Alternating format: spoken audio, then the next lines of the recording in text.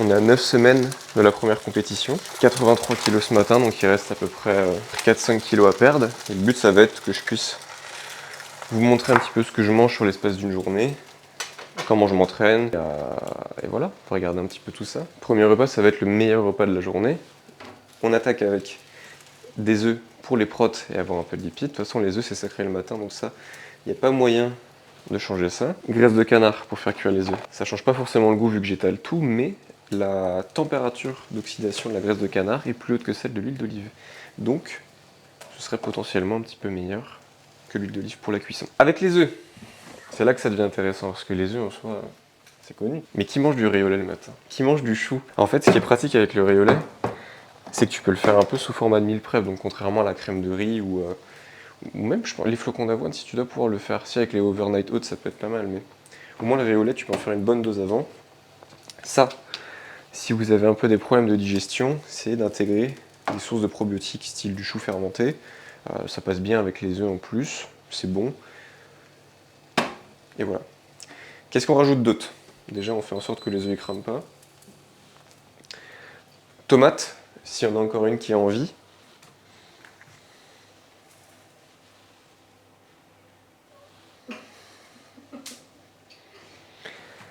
Pas de tomates ce matin. Et le kimchi, c'est là. Déjà, putain, par contre, je t'ai pas fait du coup. Ah, génial. Mais je vais t'en faire. C'est pas grave. Je vais en faire après. Comme on essaie de pas être des Doberman, on va quand même mettre un petit peu de sel et un petit peu d'épices sur les œufs. De la coriandre. À ce stade de la prep, là, du coup, je suis déjà à moins 13 kg. Donc c'est déjà, on va dire, une bonne perte de poids. Et c'est l'avantage de prendre du temps pour faire sa préparation. Là, il me reste encore 9 semaines pour essayer de perdre les 4-5 kg qui vont rester. Mais on a commencé il y a maintenant, c'était 1er mars, donc ça fait déjà un bail qu'on a commencé un peu cette idée de prep là. Et c'est un des points les plus importants à prendre en compte, c'est qu'on a toujours plus de gras à perdre que ce qu'on pense. Donc, il vaut mieux se laisser le temps pour pouvoir le faire. Parce que ça soit pour une préparation ou juste pour un objectif pour vous, si vous vous mettez un temps vraiment très court pour perdre le plus de poids possible, soit vous allez perdre du muscle en plus, soit ça va être très désagréable à vivre parce qu'il faudra avoir des calories très basses ou une dépense qui va être extrêmement haute à côté. C'est le meilleur moment de la journée, ça. Tu vois, il y a des gens qui boivent du café pour se réveiller. Moi, je me réveille pour boire du café, c'est la différence. Le riolet, franchement, c'est le code triche. C'est le code triche parce que, comme dit, on peut en avoir en avance et surtout que c'est hyper épais. Donc ça fait un bon volume, ça va m'apporter plein de glucides pour aller taper un maxi PR et ça ne veut pas tomber dans le bol. Putain, il est bien. Tu vois, j'aurais même dû le faire avec un peu plus d'eau, ça aurait été pas mal. Donc pour l'instant, là où j'ai vraiment de la chance, c'est que mon corps c'est vraiment un métabolisme V12. Donc je peux encore avoir dans cette phase de sèche 3450 calories sur mes jours d'entraînement. Ce qui est honnêtement assez énorme. Après, j'ai pas encore les fessiers striés et on va dire une condition de compétition du tout, mais voilà, pour avoir perdu un bon 13 kg déjà à plus de 3000 calories quasiment, je remercie mes parents. Et la dernière étape du riolet, sirop d'érable Bernard. Plus important, 20 grammes. Et c'est ce qui va donner tout le goût. Ensuite, quelque chose qui est aussi important, mais à la fois un peu surcoté pendant une sèche, c'est tout ce qui va toucher aux compléments alimentaires. Du coup, je vais vous montrer un peu tout ce que je prends. Alors, la première chose, c'est un mélange de zinc, sélénium et de biotine, une bonne qualité de zinc. D'avoir du sélénium, étant donné que c'est pas évident d'avoir si on mange pas de noix et je mange pas de noix. Et ça fait la biotine en plus, alors j'en ai pas spécialement besoin avec tous les œufs. À côté de ça, L-carnitine. L-carnitine, il y a eu plein de débats dessus, mais finalement c'est quand même assez intéressant. Dans l'idée, on va dire, d'utiliser un maximum les réserves de matière grasse corporelle au lieu d'utiliser les réserves de glycogène. Ah oui, c'est vrai que la vitamine D, fallait que je t'en pique aussi. Vitamine C, j'essaie de l'intégrer. Alors d'une, parce qu'on en avait un stock illimité, parce qu'à chaque fois c'était le cadeau dans les compléments, mais aussi parce que visiblement avec la sèche, ça fait augmenter pas mal les inflammations dans le corps et le stress oxydatif. Donc la vitamine C serait quand même intéressant pour lutter contre ça. Alors ça fait partie des vitamines qu'on peut quand même avoir sans trop de difficultés, si on va dire on se donne les moyens avec poivron, kiwi, etc. Le dernier point, parce que j'ai intégré assez récemment et j'ai failli l'oublier, la glutamine. Et ça, pour la digestion, et ben, c'est vraiment pas mal du tout. Enfin, en tout cas, il y en a une qui trouve que ça marche vraiment bien. Moi, j'ai pas forcément senti d'effet encore, mais on verra par la suite. Et on va boire ça avec... Putain, il est où le vinaigre de cidre? Ah, il n'y en a plus, donc il est en bas. En plus, il est bon celui-là. Vinaigre de cidre. Si vous achetez du vinaigre de cidre supermarché, ça va pas forcément être très bon, mais si vous prenez du bon vinaigre de cidre, et bah franchement, le goût il est vraiment agréable. Bon, moi je pense que c'est ce qui a fait le plus de différence dans cette nouvelle sèche. Juste le fait de se concentrer sur les micronutriments, d'avoir une alimentation qui est riche en vitamines et pas forcément la diète classique riz, poulet, haricots verts 3 fois par jour. Je me sens étonnamment bien pour le niveau de sèche actuel. J'ai pas spécialement encore de gros moments où je suis explosé ou si le soir je suis content d'aller dormir, mais après à côté de ça reste relativement vivable. Peut-être qu'elle est pas d'accord. Et effectivement, je pense que si vous faites vraiment attention à l'alimentation, mais pas que en termes de calories et de macros, mais aussi essayer d'avoir des choses qui ont quand même des vitamines et des minéraux, la complémentation qui va à côté, tout ça mis bout à bout, c'est ce qui va donner les arbres nécessaires pour pouvoir garder un minimum d'énergie, enfin on va dire plutôt un maximum d'énergie, en apportant suffisamment peu de calories pour être en déficit. Donc ça va être le pré-workout. On va laisser exploser les jambes. L'opération, ça va être de tenter un RDL à 220. Ça y est, j'ai annoncé, je ne peux plus m'en sortir. RDL à 220, ce serait pas mal. Ce serait, si j'arrive à faire 6 reps, je crois, j'égalise mon père all-time, mais que j'avais fait quand j'étais à 96 kg. Donc, ça ferait plaisir. Même s'il ne faut pas forcément être obsédé par la charge, surtout en sèche, sur des mouvements qui passent bien, sur des mouvements que vous aimez bien, je pense que c'est vraiment top d'avoir quand même un objectif là-dessus. Parce que c'est aussi ce qui va driver la motivation après pour pouvoir faire chaque séance quand même avec un sens de motivation et un sens, j'avais envie de dire d'excitation, mais ça ferait un peu bizarre si je dis ça comme ça. On n'a pas de tablier. Donc, étant donné que je suis habillé en blanc et que je manipule le truc le plus... Est-ce qu'il y a un truc plus tâchant que la betterave en vrai? C'est un enfer ce truc. Mais en pré-workout, eh ben c'est vraiment... Putain, tu vois, j'ai déjà failli me tâcher. En pré-workout, c'est un très très bon aliment. Donc si vous êtes là encore à boire des Monsters et des trucs bizarres, branchez-vous jus de betterave gingembre. C'est l'avenir. Méga dose de gingembre. Alors, dernière étape avant de pouvoir aller à la salle, on va voir pré-workout, intra-workout, post-workout. Donc on est quoi, à peu près 1 heure avant d'aller à la salle. Jus de betterave gingembre, pamplemousse. Donc on va se faire moitié-moitié, ça va nous faire 250 ml avant d'attaquer. De toute façon ça se voit, en vrai quand tu regardes le jus ça se voit qui va te faire des performances. Donc mon fiche des études en fait ça m'intéresse plus. C'est marqué dessus que ça va être bon pour la performance. Donc les Monsters goût cerise c'est terminé. Branchez-vous, betterave gingembre. C'est une étude en fait. Ben voilà, exactement. Pour le post-workout, smoothie dans lequel on va juste mettre 150 ml d'eau. J'aurais pu faire un matcha frappé, comme la recette que j'avais partagée, mais étant donné que j'ai déjà consommé 2 quadruples expresso, peut-être pas la meilleure idée du siècle. On va mettre 60 g de whey, 210, 2 grosses bananes. Mais entre une petite banane et une grande banane, et ben, la taille ça compte parce que ça fait changer les cales. Le post-workout est prêt. Pour le post-workout, très simple, je veux juste avoir des protéines et des glucides rapides. En intra-workout, on va avoir pas mal de choses. Des EAA et des électrolytes. Ça permet d'avoir des acides aminés pendant l'entraînement. Donc potentiellement réduire un petit peu le catabolisme. Et en même temps, les électrolytes, hyper importants, surtout en été, quand vous transpirez beaucoup, et encore plus sur une séance jambes. Moi, le fait de faire ce petit mixte pendant mes séances, ça a honnêtement changé beaucoup de choses. Ça a permis d'arriver jusqu'en fin de séance en me sentant dire relativement bien et sans avoir cette espèce de gros coup de barre qui peut être un peu désagréable. Alors, ensuite on a de la cluster dextrine. Donc ça, c'est tout simplement un sucre qui est fait, on va dire, pour l'entraînement. C'est un glucide qui s'assimile très rapidement et qui va me permettre, pareil, de participer à l'hydratation et à ne pas avoir de coup de barre en milieu de la séance. Parce qu'il n'y a rien de plus désagréable que d'arriver.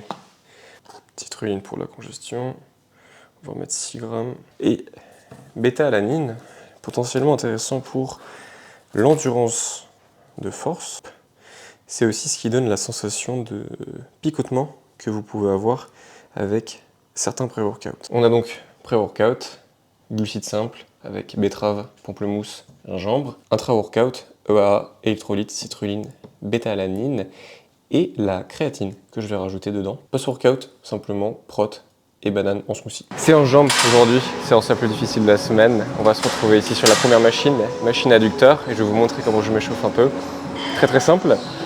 Je vais mettre 30% de la charge de travail que je vais utiliser après, pour faire à peu près une dizaine de répétitions. Et ensuite, je vais simplement passer à 50-60% de ma charge de travail.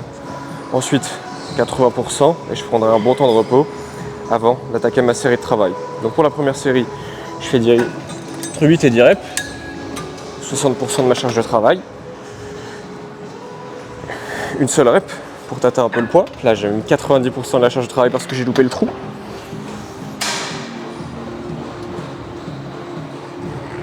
Ok, et la première série, ce sera ma série de travail, donc échauffement très rapide. Je vous conseille de faire ça seulement si vous êtes intermédiaire ou avancé.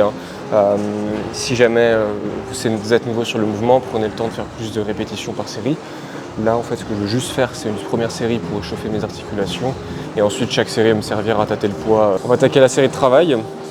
La meilleure chose à faire avant d'attaquer une série, c'est de savoir ce que vous visez en termes de reps. Si vous attaquez une série et que vous n'avez aucune idée du nombre de répétitions que vous devez faire pour progresser et battre le score de la semaine passée, ça va être compliqué.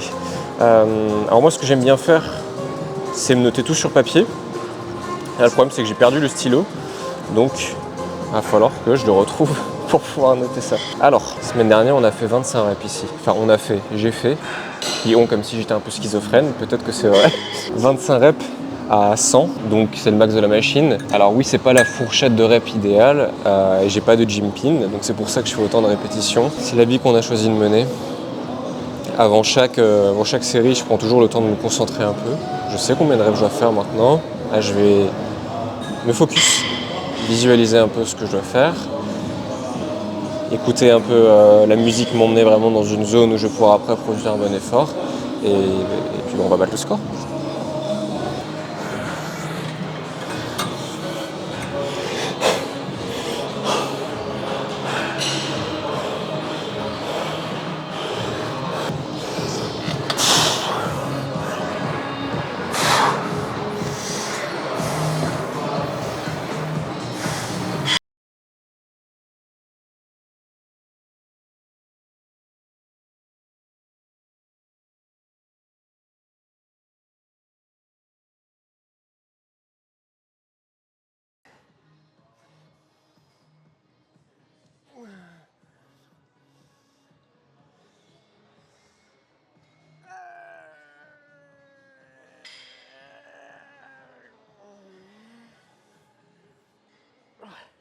Putain, c'est une bonne série là. J'ai fait film. 3 tonnes, oh yeah.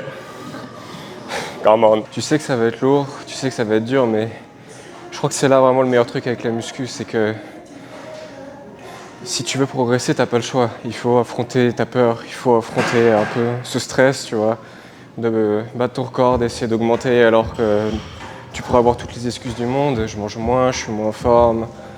Mais j'ai pas envie d'aller dans ça. J'ai pas envie de laisser le doute prendre le dessus. Et je pense que c'est ce qui fait la plus grosse différence quand tu fais ce sport. Tous les jours, t'es obligé. Tous les jours, t'es obligé d'aller de l'avant. T'essayes d'augmenter si tu veux progresser, d'avoir la discipline, d'avoir le mindset. Et c'est ça qui se retranscrit après dans la vie quotidienne. Donc là, on va prendre le temps de se concentrer, de faire une série propre et on va aller jusqu'au bout.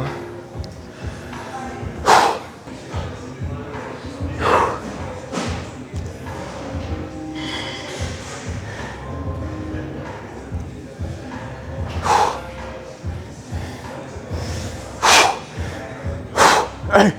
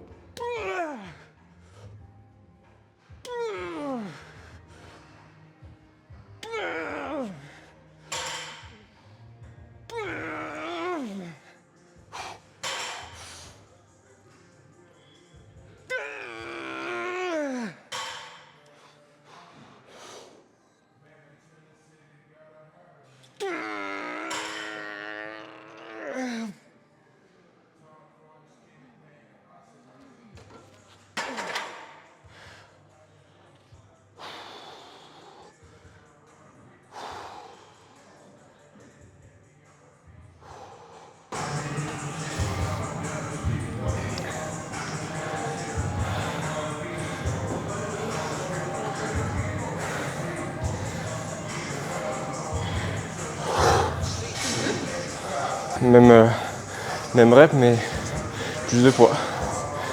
Donc c'est validé. Je vous montre la ceinture de force que je mets pour faire du RDL. C'est ça. Ce qui est pratique avec le fait d'avoir des bras droits en même temps, c'est que je peux aller m'accrocher vraiment bas sur la presse. Voilà. C'était ma série de travail.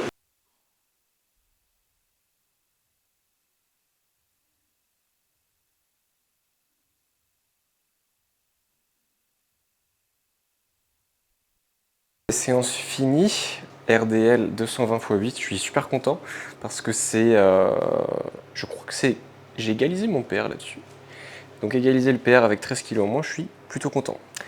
Post-workout, on a 500 grammes de pommes de terre, on a 275 grammes de viande hachée 5%, un peu de bouillon, carottes, chou chinois, un peu de gingembre encore, mais en fait je mets du gingembre partout. Et ben, il va faire du bien ce repas là. Il va faire du bien parce qu'en général, j'ai bien la dalle après la séance legs.